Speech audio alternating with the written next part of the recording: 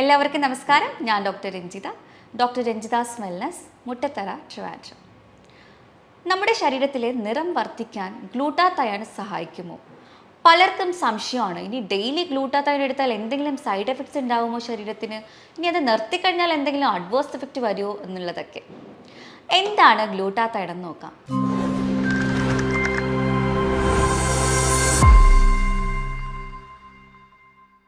നമ്മുടെ liver produce ചെയ്യുന്ന ഒരു ആൻറ്റി ഓക്സിഡൻറ്റ്, ഒരു മേജർ ആയിട്ടുള്ള ആൻറ്റി ഓക്സിഡൻ്റ് ആണ് ഗ്ലൂട്ടാത്തയോൺ.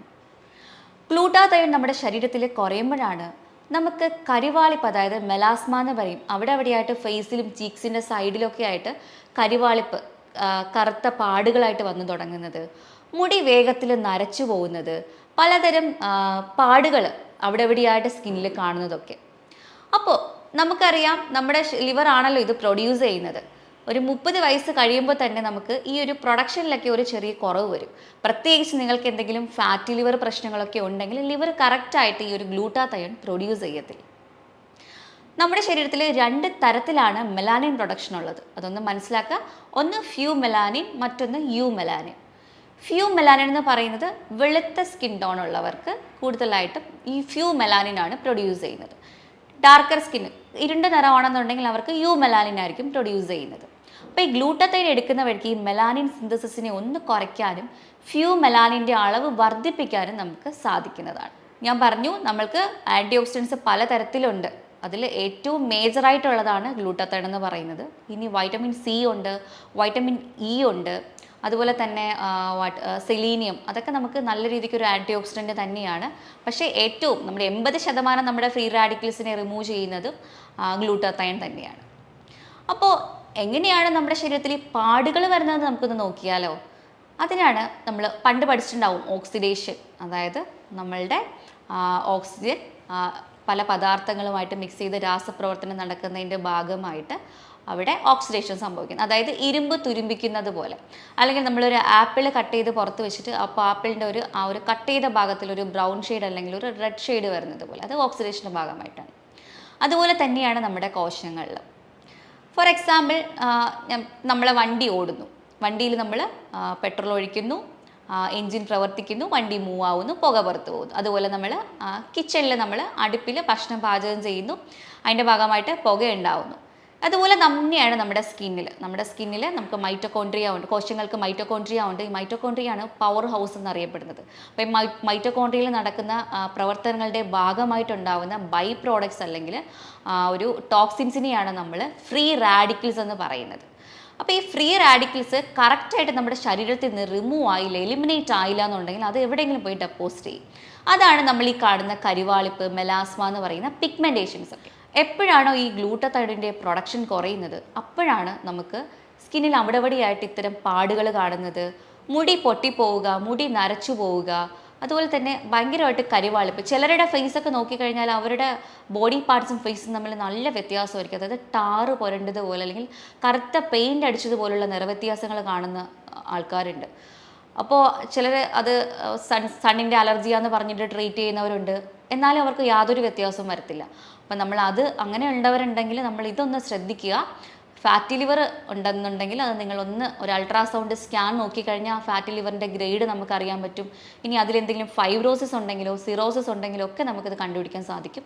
അതിൻ്റെ കൂടെ LFT എന്ന് പറയുന്ന ഒരു ലിവർ ഫംഗ്ഷൻ ടെസ്റ്റ്, ബ്ലഡ് ടെസ്റ്റും കൂടെ ചെയ്ത് നോക്കിക്കഴിഞ്ഞാൽ ലിവർ എൻസൈംസും കാര്യങ്ങളൊക്കെ എങ്ങനെയാണ് പ്രവർത്തിക്കുന്നത് എന്നുള്ളതൊക്കെ നമുക്ക് കണ്ടുപിടിക്കാൻ സാധിക്കും. അപ്പം ഇത്തരം മെലാസ്മ നിങ്ങൾക്കുണ്ടെന്നുണ്ടെങ്കിൽ നിങ്ങൾ ഈ ടെസ്റ്റ് നിർബന്ധമായിട്ട് ഒന്ന് ചെയ്ത് നോക്കേണ്ടതാണ്. ഇനി ലിവറിൻ്റെ ഹെൽത്ത് നമുക്ക് എങ്ങനെ ഇംപ്രൂവ് ചെയ്യാം? നിങ്ങൾക്ക് ഫാറ്റി ലിവർ ഉണ്ടെന്നുണ്ടെങ്കിൽ നിങ്ങൾ എന്തായാലും ഒരു ലോ കാർബ് ഡയറ്റ് ഒരു 3 months കണ്ടിന്യൂസ് ആയിട്ട് ചെയ്യുക. അതായത് അരിയാഹാരം, അന്നജം നന്നായിട്ട് ഭക്ഷണത്തിൽ നിന്ന് കുറയ്ക്കുക, നന്നായിട്ട് വെജിറ്റബിൾസും ഫ്രൂട്ട്സും പ്രോട്ടീൻസും കഴിക്കുക, മധുര പലഹാരങ്ങളും ബേക്കറി ഐറ്റംസും കഴിവതും ഒഴിവാക്കുക. അതായത് വെളുത്ത പഞ്ചസാര ഒരു വെളുത്ത വിഷമാണെന്ന് പറയുന്ന പോലെ എന്തായാലും പഞ്ചസാര നമ്മൾ ഡയറ്റിൽ നിന്ന് ഒഴിവാക്കാൻ വേണ്ടിയിട്ട് ശ്രമിക്കുക. നമ്മളിങ്ങനെ ചെയ്ത് നമുക്കൊരു എക്സസൈസും ഒരു ഹെൽത്തി ആയിട്ടുള്ളൊരു വേയിൽ നമ്മുടെ ലൈഫ് സ്റ്റൈൽ കൊണ്ടുപോയി കഴിഞ്ഞാൽ നമുക്ക് ഫാറ്റി ലിവറിനെ ഉടനെ റിവേഴ്സ് ചെയ്യാൻ പറ്റും. ഈ ഫാറ്റി ലിവർ റിവേഴ്സ് ആയി കഴിഞ്ഞു കഴിഞ്ഞാൽ ഓട്ടോമാറ്റിക്കലി നമ്മുടെ ശരീരം തന്നെ ഗ്ലൂട്ടാത്തയോണിനെ പ്രൊഡ്യൂസ് ചെയ്ത് തുടങ്ങും. അപ്പോൾ ഈ ഗ്ലൂട്ടാത്തയോൺ ഉണ്ടാക്കിയിരിക്കുന്നത് 3 തരം അമിനോ ആസിഡ്സ് കൊണ്ടിട്ടാണ്. അത് ഏതൊക്കെയാണെന്ന് വെച്ചാൽ സിസ്റ്റിൻ ആൻഡ് ഗ്ലൈസിൻ, ഗ്ലൂട്ടാമൈൻ എന്ന് പറയുന്ന 3 അമിനോ ആസിഡ്സ് കൊണ്ടിട്ടാണ് ഈ ഒരു എന്താ പറയുക ഗ്ലൂട്ടത്തയോൺ ഉണ്ടാക്കിയിരിക്കുന്നത്. അപ്പോൾ ഈ അമിനോ ആസിഡ്സിൻ്റെ അളവ് നമ്മൾക്ക് നമ്മുടെ ലിവറിൽ കൂട്ടിക്കഴിഞ്ഞാൽ ഓട്ടോമാറ്റിക്കലി നമ്മളെ ലിവർ തന്നെ ഈ ഒരു ഗ്ലൂട്ടത്തയോൺ പ്രൊഡക്ഷനെ ഇംപ്രൂവ് ചെയ്യും.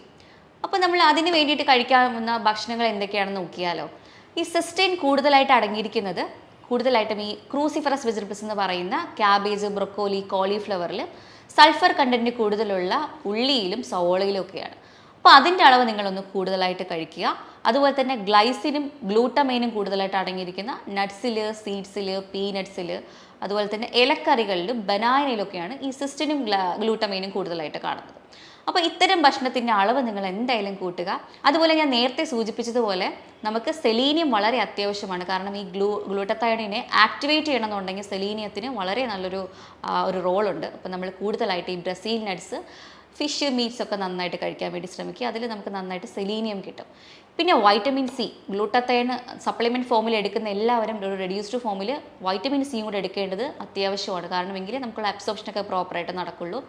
വൈറ്റമിൻ സി കൂടുതലായിട്ടുള്ള ഭക്ഷണം എന്ന് പറയുന്നത് പേരക്കയിലാണ് ഏറ്റവും കൂടുതൽ വൈറ്റമിൻ സി ഉള്ളത്. വെജിറ്റബിൾസിൽ നോക്കിയാൽ ക്യാപ്സിക്കത്തിലുമാണ് കൂടുതലായിട്ടുള്ളത്. അതുപോലെ എല്ലാ സിട്രിക് കണ്ടന്റുള്ള പഴങ്ങളിലും ഉണ്ടാവും. ഓറഞ്ച്, ഗൂസ്ബെറി അങ്ങനെയുള്ള കാര്യങ്ങൾ ധാരാളമായിട്ട് കഴിക്കാൻ വേണ്ടി ശ്രമിക്കുക. പപ്പായൊക്കെ rich source of vitamin C ആണ്. അത് കൂടുതലായിട്ട് കഴിക്കുക. പിന്നെ വൈറ്റമിൻ ഇ കൂടുതൽ കഴിക്കാൻ വേണ്ടി ശ്രമിക്കുക. വൈറ്റമിൻ ഇ ഇവിയോൺ ടാബ്ലറ്റ് ആ ഒരു സപ്ലിമെൻറ്റ് ഫോമിൽ നമ്മൾ എടുത്താലും മതിയാവും. അപ്പോൾ ഈ ഒരു രീതിയിൽ നമ്മൾ ഭക്ഷണത്തിൽ കൂടെ നമ്മൾ ശ്രദ്ധിക്കുവാണെങ്കിൽ നല്ല രീതിക്ക് നമുക്ക് ആ ഒരു അമിനോ ആസിഡ്സിനെ കൂടിയിട്ട് ഗ്ലൂട്ടത്തയോൺ സിന്തസിന് അത് ഹെൽപ്പ് ചെയ്യുന്നതാണ്. അപ്പം ഞാൻ ഈ പറഞ്ഞ രീതിയിൽ നിങ്ങൾ ഡയറ്റും കൂടെ ഒന്ന് ശ്രദ്ധിക്കുവാണെങ്കിൽ നമ്മളൊരു സപ്ലിമെൻറ്റും എടുക്കാണ്ട് തന്നെ നമുക്ക് ഗ്ലൂട്ടത്തയോൺ ശരീരത്തിൽ പ്രൊഡക്ഷൻ ചെയ്യുന്നതാണ്. ഇനി ഞാൻ നേരത്തെ പറഞ്ഞതുപോലെ അവിടെ എവിടെയായിട്ട് ഭയങ്കര വലിയ രീതിക്കുള്ള കരിമംഗല്യം, അതായത് ടാറ് പുരണ്ട പോലെ സ്കിന്ന് മാറുക, അല്ലെങ്കിൽ പെയിൻ്റ് അടിച്ച പോലുള്ളൊരു കളർ ചേഞ്ചസ് ഒക്കെ വരുവാണെങ്കിൽ നമുക്ക് ഈ ഒരു ഡയറ്റിൽ മാത്രം നമ്മൾ നോക്കിയിട്ട് കാര്യമില്ല. നമ്മൾ സപ്ലിമെൻറ്റ് ഫോമിൽ ഗ്ലൂട്ടത്തയോണും വൈറ്റമിൻ സിയും എടുക്കുന്നതാണ് അത് കുറച്ചുകൂടെ നല്ലത്. അത് പല രീതിയിൽ ഇപ്പോൾ ഗ്ലൂട്ടത്തയോൺ അവൈലബിൾ ആണ്. ക്രീമുകളായിട്ട് കിട്ടുന്നുണ്ട്, ടാബ്ലറ്റ് ഫോമിൽ സപ്ലിമെൻറ്റ് ഫോമിൽ കിട്ടുന്നുണ്ട്, അതുപോലെ തന്നെ ഇഞ്ചക്ഷനായിട്ട് IV ആയിട്ട് കിട്ടുന്നുണ്ട്. അപ്പോൾ IV ആണെങ്കിൽ അത് കുറച്ച് എക്സ്പെൻസീവാണ്. അപ്പോൾ എല്ലാവർക്കും സാധാരണക്കാർക്കൊക്കെ നല്ലത് നമ്മൾ ടാബ്ലറ്റ് ഫോമിൽ നമ്മൾ ക്യാപ്സ്യൂൾ രൂപത്തിൽ എടുക്കുന്നതാണ് ഏറ്റവും നല്ലത്. അതിൻ്റെ കൂടെ വൈറ്റമിൻ സിയും കൂടെ എടുക്കാൻ വേണ്ടി ശ്രമിക്കുക. അതൊരു നിശ്ചിത ഡ്യൂറേഷൻ, ഒരു 3 months ഒക്കെ നമ്മൾ എടുത്തു കഴിയുമ്പോൾ തന്നെ സ്കിന്നിൻ്റെ ആ ടോണ് നമുക്ക് നല്ല രീതിക്ക് കുറച്ച് കൊണ്ടുവരാൻ കഴിയും. അതായത് ആ ഒരു കരിവാളിപ്പ് നമുക്ക് മെല്ലെ മെല്ലെ മാഞ്ഞു തുടങ്ങുന്നതായിട്ട് നമുക്ക് നോട്ട് ചെയ്യാൻ സാധിക്കുന്നതാണ്. ആ ഒരു രീതിയിൽ ചെയ്യുക. പിന്നെ ഇത് എടുക്കുമ്പോൾ നമ്മൾ ശ്രദ്ധിക്കേണ്ടത് നമ്മുടെ സ്കിന്ന് ഭയങ്കര സെൻസിറ്റീവ് ആയിരിക്കും. അതുകൊണ്ട് സൺലൈറ്റിൽ ഡയറക്റ്റ് നമ്മൾ ഇറങ്ങാണ്ടിരിക്കുക. സൺസ്ക്രീൻസ് ഒക്കെ നമുക്ക് യൂസ് ചെയ്യാം.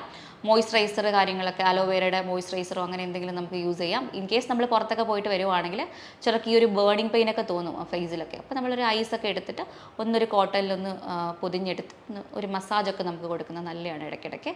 അതുപോലെ തന്നെ മോയ്സ്ചറൈസർ കറക്റ്റായിട്ട് അപ്ലൈ ചെയ്യാൻ ശ്രമിക്കുക. സൺസ്ക്രീനൊക്കെ തിരഞ്ഞെടുക്കുമ്പോൾ ഒരു SPF 50 വരെയുള്ള സൺസ്ക്രീൻ നമുക്ക് എടുത്ത് യൂസ് ചെയ്യാവുന്നതാണ്. ഇങ്ങനെ ചെയ്ത് ഈ ഒരു സപ്ലിമെൻറ്റേഷൻ ചെയ്യുവാണെങ്കിൽ നമുക്ക് നല്ല രീതിക്കുള്ളൊരു ചേഞ്ചസ് വരും. ഇനി നമുക്ക് നിറം കുറയാൻ പാടില്ല, അല്ലെങ്കിൽ ചെറിയ രീതിക്ക് ഒരു പിഗ്മെൻറ്റേഷൻ കരിവാളിപ്പ് നമുക്ക് ഉണ്ടെന്നുണ്ടെങ്കിൽ ഈ സപ്ലിമെൻ്റ് ചെയ്യുന്ന ആവശ്യമില്ല. നമുക്ക് ഞാൻ ഈ പറഞ്ഞ രീതിയിൽ ഡയറ്റ് ചെയ്യുമ്പോൾ തന്നെ നമുക്കത് ശരിയാക്കാൻ സാധിക്കുന്നതാണ്. അപ്പോൾ ഞാൻ ഈ പറഞ്ഞ കാര്യങ്ങൾ നിങ്ങളൊന്ന് വീട്ടിൽ ചെയ്ത് നോക്കുക. കൂടുതൽ എന്തെങ്കിലും അറിയണം എന്നുണ്ടെങ്കിൽ താഴെ കാണുന്ന നമ്പറിൽ നിങ്ങൾക്ക് കോൺടാക്റ്റ് ചെയ്യാവുന്നതാണ്. Thank you for watching. മറ്റൊരു വീഡിയോയുമായിട്ട് വീണ്ടും കാണാം.